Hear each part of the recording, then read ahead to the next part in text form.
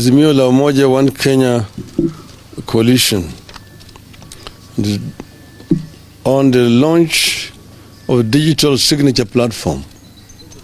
And I just want to announce before I read the statement that this platform is now up and running, and any Kenyan, wherever they are, you can just go to www.tumechoka.com and you will be able to access it.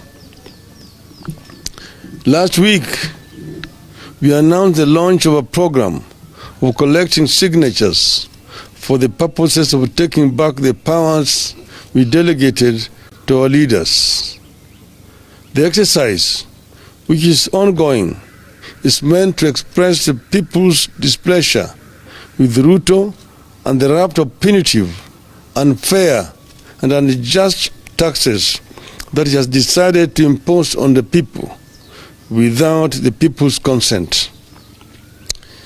This is part of the campaign of resistance, the civil disobedience and citizens' actions that we have decided to pursue to force Ruto and his regime to respect and listen to the people.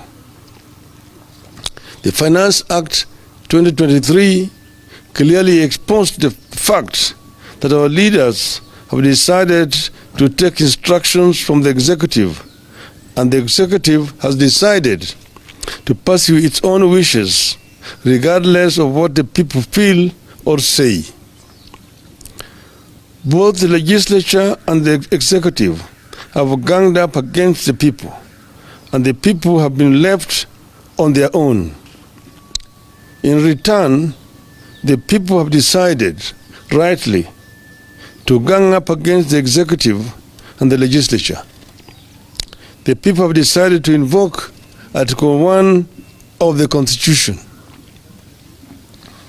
The process we are engaging in is about the deliberate policy decisions by the Kenya Kwanza regime to make life unbearable to a great majority of Kenyans, despite the consistent appeal by Kenyans for the regime to take actions to lessen their burden. The digital platform we have unveiled today is complementary to all other efforts and platforms, including civil disobedience, tax boycotts, and defiance that are meant to compel the regime to repeal the Finance Act 2023 and take deliberate steps to lower the cost of living. These actions are also meant to compel the regime to address all the weighty issues that we have been pushing for, including a bipartisan reconstitution of the IEBC, audit of the 2022 elections, and an end to the invasion and compromising of parties and members of parliament. The digital platform we have unveiled today will therefore run alongside manual or physical signature collection, and we urge Kenyans to feel free to choose between digital and manual platforms, whichever they are comfortable with.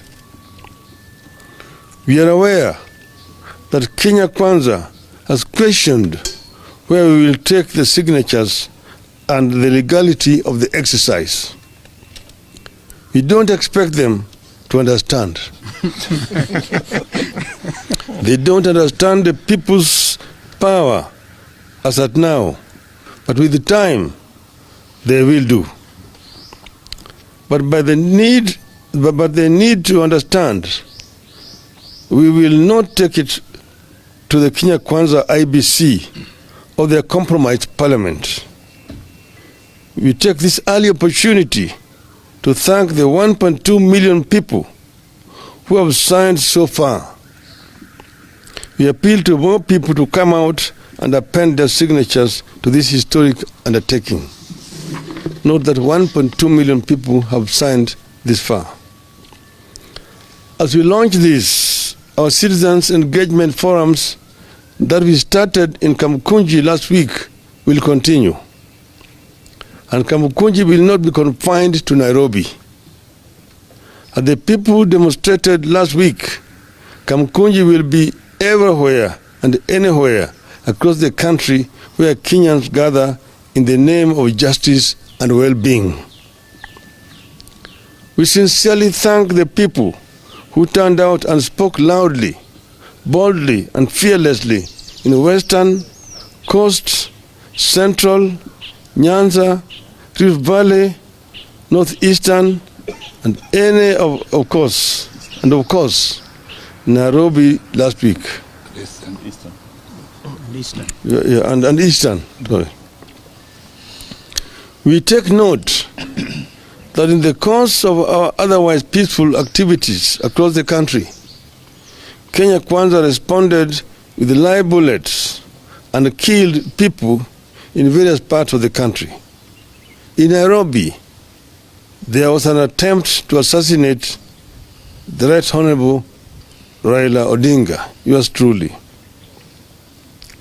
We know they are getting it very wrong and missing the point that what Kenyans have started is a self-propelling movement. It has never been and will never be about an individual. Just like the assassination of Martin Luther King Jr. or the detention of Nelson Mandela did not stop the march for civil rights and freedom in the USA and South Africa, and that of Mahatma Gandhi in India. No amount of shooting, tear gas, or even assassination will stop the march of history in this country. However, we intend to move to court and institute prosecution against individual officers who are involved in unconstitutional and illegal actions against protesters in the course of our activities. Our activities are protected by the Constitution. By resorting to civil disobedience and protests, we can't be wrong unless the law itself is wrong. Kenyans must never be made to believe that they are wrong when they protest. We therefore ask Kenyans to film, photograph, and record all those police officers who shoot at or in any other way hurt protesters in the course of our activities. Such officers are acting in disregard for the Constitution, and we must make them pay for their illegal activities. We are back tomorrow at Kamkunji, Nairobi, and Kamkunjis elsewhere and everywhere across the country.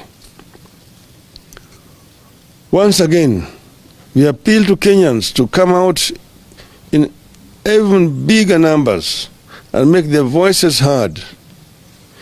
With the time, Ruto will respect Kenyans. What we started last week was only the first wave. Tomorrow, we must return with an even greater force and in greater numbers.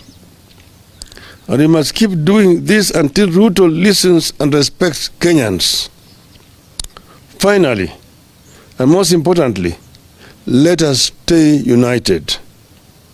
We need unity now more than ever.